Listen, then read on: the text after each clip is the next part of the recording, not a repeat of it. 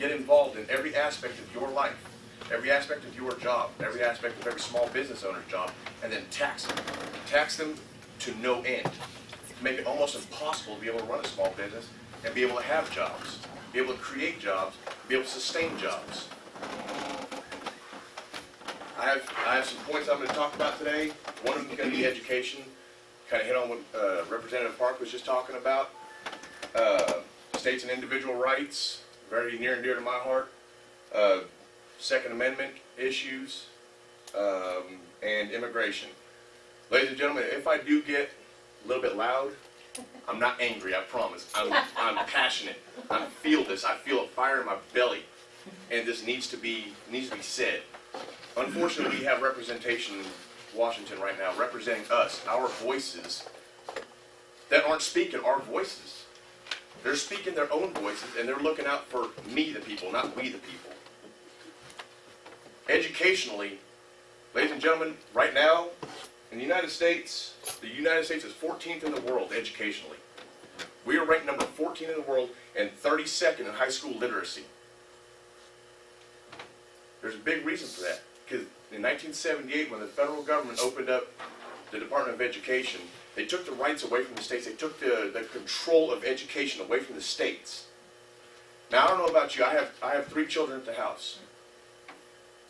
Those children learn differently than a kid in New York City, or in Spokane, Washington, or in Billings, Montana. Our children are our future.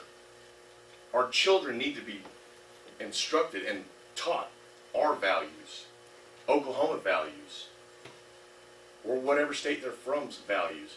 We need to do away with the Department of Education, because the Department of Education is pushing liberal agendas and indoctrinating our children to think the way the government wants them to think. In 1848, Karl Marx wrote the Communist Manifesto, and the number 1 pillar of communism is education. Nowhere in the United States Constitution is education even mentioned. In the Communist Manifesto, it is. And it says, government takes over education to indoctrinate the children of the country to think as the government. That's what's wrong with our children nowadays. We're looking at kids, we're looking at the millennials, we're looking at the upcoming generations, and I'm only 34 years old, okay? I'm not too far, but I'm looking at kids 15, 20 years younger than me. I'm thinking, where did we go wrong from when I was that age? What has happened? Our kids have a lot more tools to be able to research and be smarter than we did as children. They have cell phones. Every kid nowadays has a cell phone that has internet on it. We need to find a way to take the power away from the federal government and give it back to the states. Let the states decide what they want to do, what they want to teach the kids. We can't let the federal government keep on going the way they're going. That's the states and individual rights also.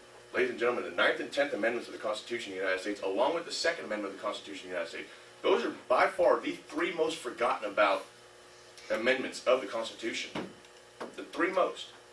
The 2nd Amendment obviously gives us the right to keep and bear arms. It seems like every week, it seems like every month, our government up there is trying to do something to take away our guns.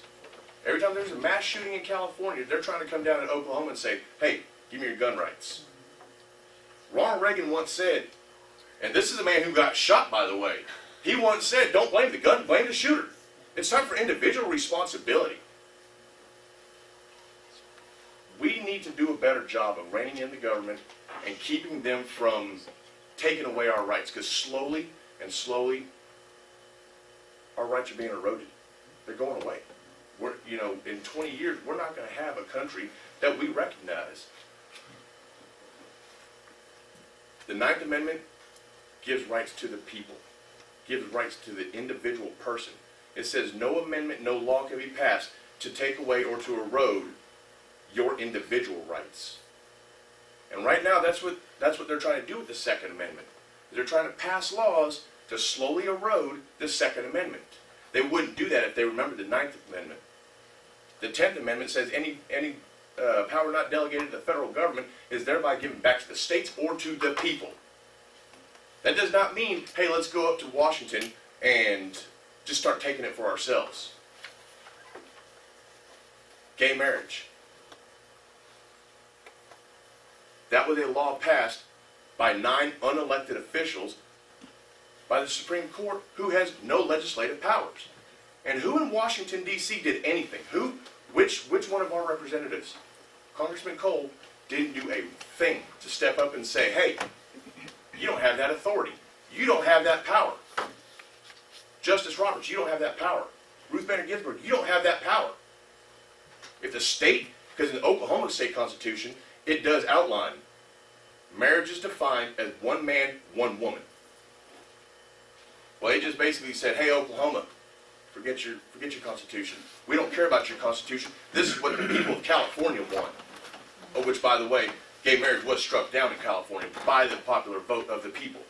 So it's not even something California wanted, but it's something the gay lobby wanted and got. 1973, when Roe v. Wade was passed, it was passed by the Supreme Court. It was legislated by the Supreme Court. Again, nobody did anything. And for some of you youngers who don't know what Roe v. Wade is, that's the abortion law. I'm sorry. And I'm not trying to speak down to anybody. I'm just trying to make myself understood, make sure you understand what I'm talking about. Then we roll into immigration. And I can tie every bit of what I just said into immigration, or I can tie immigration to everything I just said. Immigration is eroding our schools. We're having to integrate children who cannot speak English into our classrooms with a teacher that doesn't speak Spanish, or Czechoslovakian, or Chinese, or any other language that they're coming from. The problem isn't the fact that our teachers don't speak Spanish, it's the problem that the immigration, or the immigrants I should say, don't speak English. They're coming here, they're sucking on our welfare system, they're sucking on our social security system, they're sucking on our educational system. They don't pay taxes, but they receive every bit of benefits that the American taxpayer does. They go out there and they take jobs that they like to say they're taking jobs that Americans won't take. Well, I'll bet you $100. I'll bet you $100 right now. You send them all back home, get them back across the border, and an American's sitting there collecting $1,000 a week in welfare, suddenly can't go to Walmart to buy something, buy produce, buy food for his kids, because there's nobody out in that field picking whatever they're picking. They'll get out there and start picking, especially if you start taking that money away from them. Start taking away that welfare money. Start making them go back to work. Quit incentivizing the lack of work. Disincentivize it. Put them to work. Okay? We got a welfare state on our hands, ladies and gentlemen. And a welfare state cannot survive. A welfare state cannot survive with open borders. If you want recent examples, let's look at Europe. Let's look at Sweden. Let's look at Denmark, who all had open borders. They invited all these Syrian refugees in, wide open. They came in and started sucking off the system, and now their countries are going broke within a matter of months. They're much smaller than we are. Hey, if they want to have a welfare state, that's fine. But a welfare state cannot survive with open borders. It's not feasible. Not enough taxes coming in, not enough money's coming in, but too much is going out. That's why we're almost $20 trillion in debt right now. We have over $200 trillion in unfunded liabilities right now. Where's our representation? Where's our representation standing up there saying, hey, what's going on? Why are we sending out money when we don't have the money to be spending? We keep on borrowing from countries. We keep on borrowing from banks. We keep on borrowing from China. Then turn around, get this money in, and then turn around and say, country A, how much do you want? Country B, how much do you want? And just giving that money away in forms of foreign aid, foreign loans. Right now, as of last year, our current USAID going out was $48.4 billion total. $31.2 billion of it is economic. We're giving $31.2 billion away a year to countries, most of whom don't even like us.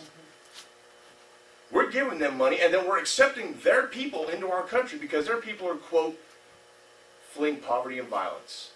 Well, what happened to the money we just gave you to end poverty and violence? What happened to the money we just gave you, the $17.2 billion that we just gave you in military funding to fund your militaries or our troops on the ground? What happened to that? That should be fighting your poverty and violence. Take your people back home and start using that money wisely. We're spending, like I said, $48.4 billion, and we're $20 trillion in debt. The math just doesn't work out in my head. We need to start taking money back from these countries, make them build their own countries, make them do their own bidding, just like we had to. There's only been 1 year in the history of the United States, 1 year, that we were not in debt, and that was 1835. We were completely 100% debt-free. In 2003, when Tom Cole took office, we were $6 trillion in debt. So in what, a matter of 170 years, we racked up $6 trillion. Not a big number when you look at how much we have going on. But in the past 13 years, it's inflated by $17 trillion. That's a huge number. Ladies and gentlemen, if you don't know how much $1 trillion is, think about this. If the day Jesus Christ was born, he spent $1 million a day, every day, to today, he still would not have spent $1 trillion. Ladies and gentlemen, I'm going to use the man's name in vain, Ronald Reagan. Ronald Reagan once said, "Freedom is never more than a generation away from extinction. We didn't pass it to our children in the bloodstream. It must be fought for, protected, and passed along. Our children must do the same. Or one day we're going to spend our sunset years explaining to our children and our children's children what it was like in the United States when men were free."